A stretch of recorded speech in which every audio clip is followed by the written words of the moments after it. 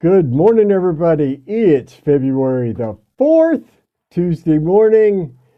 Hope you had a great weekend and a tolerable Monday. This is today's Thankful Carnivore Report. Check me out across all my social media at thankful.carnivore, on Instagram, on Twitter. Find me at StickmanBleedin. That's StickmanBleedin. Facebook and YouTube at Thankful Carnivore. Appreciate you all taking time out of your day to listen to me ramble about things related to the carnivore way of eating that I find interesting. Please remember, you could get a 30-minute coaching session from MeatRx for under $20. You just can't beat that anywhere. 30-minute carnivore coaching session for under $20. Check us out at meatrx.com. Listen, I want to talk to you. Today's topic is angry. And yesterday I was listening to the Low Carb MD podcast, Dr. Brian Linsky's and Dr. Tro, and they had this awesome guest on, Dr. Joe Ireland, and she described herself as a sugar eater, as having a rotten personality. And I think if you look at the recent episode of the TV show The Doctors, they had Dr. Paul Saladino on and the Strong Sisters. And it was a classic case, I think, of a TV show full of rotten personalities and some extremely angry people. It was bizarre, in my opinion. That whole episode was just bizarre. I cannot believe that their producers saw this happening and thought, this is good TV, because it was horrible TV. It was a TV show that I will never watch again unless somebody I respect or admire dares to go on there to bust their disease management paradigm. Because, whoa, the doctor show just full of rotten personalities. They attacked Dr. Paul Saladino from the moment he opened his mouth. They were rude. They were condescending. They were arrogant in the extreme. The 20 plus years nutritional expert was so condescending, arrogant, and rude. Just rude. She was so angry that Dr. Saladino had the audacity to be talking about nutrition. Part of that stay in your lane mentality that helps buttress the disease management paradigm that we are forced to operate under in the regular medicine community. If I went in the healthcare system, that's what I got to deal with. But see, I don't deal with that healthcare system anymore because I create my own health by only eating meat and drinking water. Something I would recommend to all of the panelists on the show, the doctors, that they give a 30 to 90-day try for. Especially that angry, hateful, metabolically challenged, moderately obese judge, former judge, who was, talk about a rotten personality. And then there was the endless, fallacious arguments. Dr. Saladino, what do you know about nutrition? Who are you to say anything about nutrition? Argument to authority, left and right. So many straw men, it was ridiculous. And that young doctor who's supposed to be like the cool guy, dude, I think that all these doctors on this show are on this show because they really suck being doctors. That's my visual guess based on their behavior and how they acted. And a doctor that I admire and appreciate, I'm not going to use his name, but said in Twitter yesterday that, yeah, that's the only reason that those people are on that show is because they're terrible doctors. Based on the way they acted, based on the things, the condescension, I mean, it was ridiculous. Oh, you should be really proud you've written a book or you're writing a book.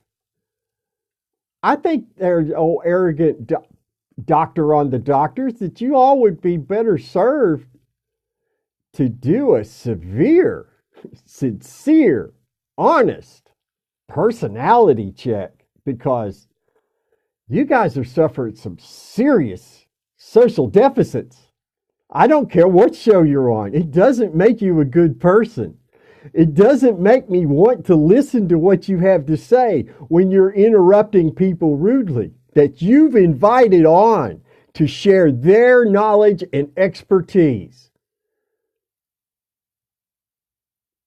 Paul Saladino had to be invited on there. He couldn't just show up to the studio one day and say, hey, I'm a carnivore doctor. Let me on. That's not how that works. They invited him.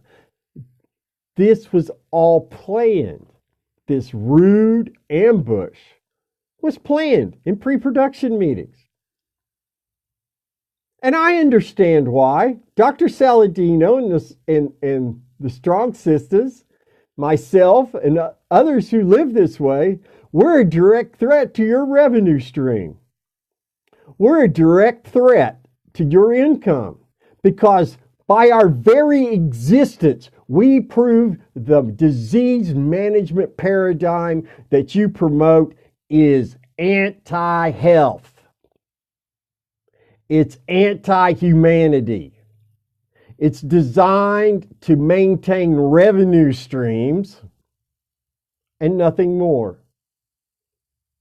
That's what it does. That's how it's set up. And that's why we have people who go to the doctor, follow their doctor's direction. They get type 2 diabetes diagnosis, and they do everything they're told to do, and they get sicker, more obese, more metabolically challenged, and they die miserably. Oh, well, they live to be in their 70s or 80s, Brett. Yeah, the last 25 years of their life, there were miserable lumps of goo. I'm out of that system. I got no use for it. And I'm not angry. I'm happy. I have never felt better in my life.